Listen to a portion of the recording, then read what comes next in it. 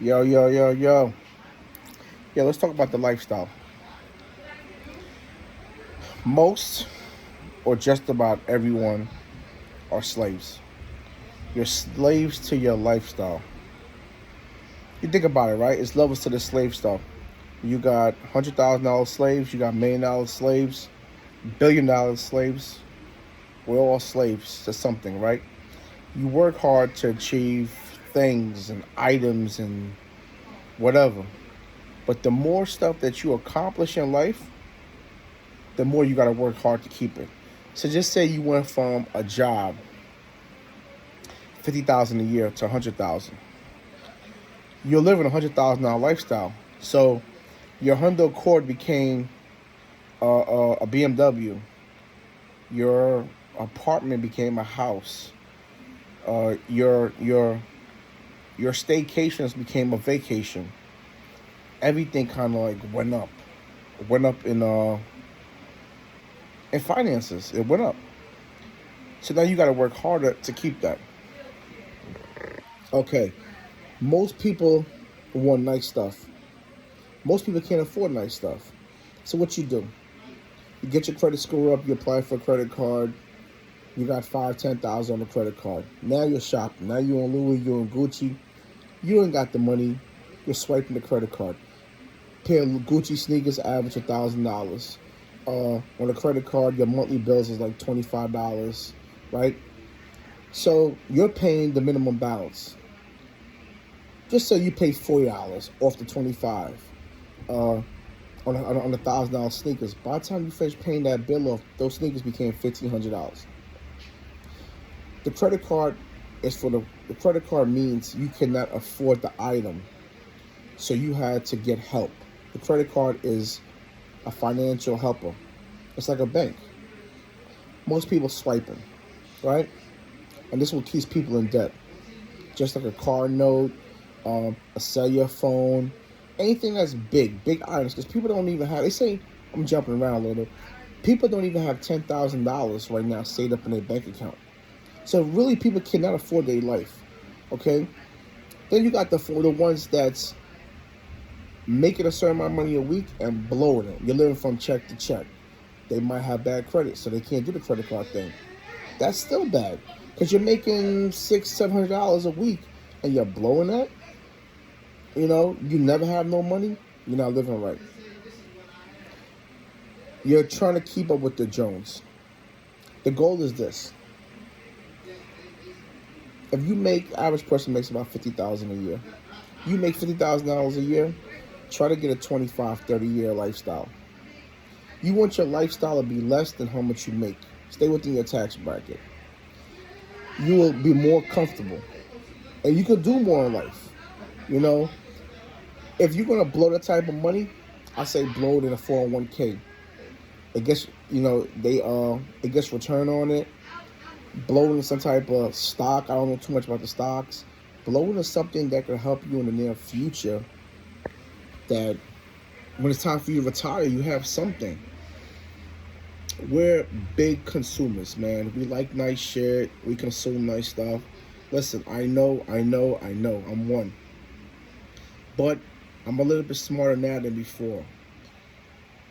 I make great money, but I don't blow as much as I make. Because I have rainy days. I have big rainy days. You know, I have a house, I have a mortgage, I have family, and so I always consider those big rainy days. You know, we just had a big pandemic. Pandemic woke a lot of people up. Act like you don't have money. Live poor. You know, to try not to live, because now you become a slave to pay for your items. You know? And that's something that I'm really starting to wake up on. I don't want to do that. There's so much things I want, but the more I buy, the more I have to work hard to keep.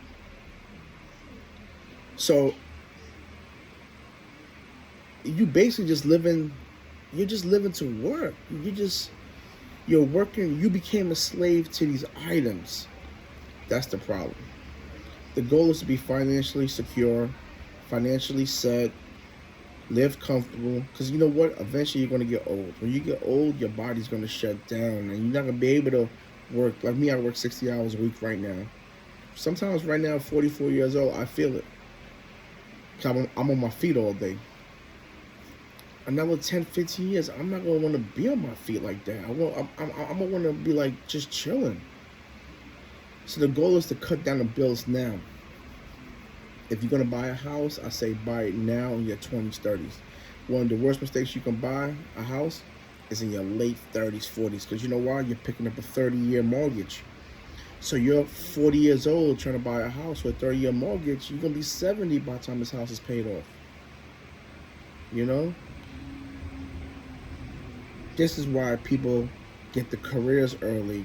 They try to do everything early, buy the house in their 20s. It make more sense. You're buying a house at 20, 30-year mortgage, you're 50. The house is paid off before you retire, and now that's even smarter. So now you have your 401k or whatever they give you. You know, I don't have 401, I have an IRA account because I'm an entrepreneur. So, but for the average person that works, get the 401k. Now you're living off your 401k if you don't have no investments. And your 401k is not enough to pay a mortgage. Mortgages is $2,000 or $3,000. You want everything around you to be paid off before you retire. All you're doing is paying taxes and you're traveling and living your life. That's the goal. And I'm starting to see that now, you know. But we get caught up in new things, and this world is smart. This is what they do. 2016, they got the new BMW out. Oh shit, 70,000. I'm gonna buy it. Next year, you were like, damn, my car is old. I gotta get another car. Every year is something new. It's the new clothes, it's the new car, it's the new everything. So you're keeping up with the Joneses because we don't like old shit. Me, for one, I'm like that. I like new stuff all the time. It gotta be a time you be like, you know what? I'm gonna have to chill on certain things. Because it's digging you deeper into a hole. And you can't blame the people that's doing it. Because that's how they make money. iPhone, right? The only thing iPhone does is push out a new damn phone every year. Give it a new number. We're with 14 now. They change the color and change the camera. It's the same damn phone. The 13 or 14 is the same phone with a new camera. Change the camera. That cost them probably $2 to change.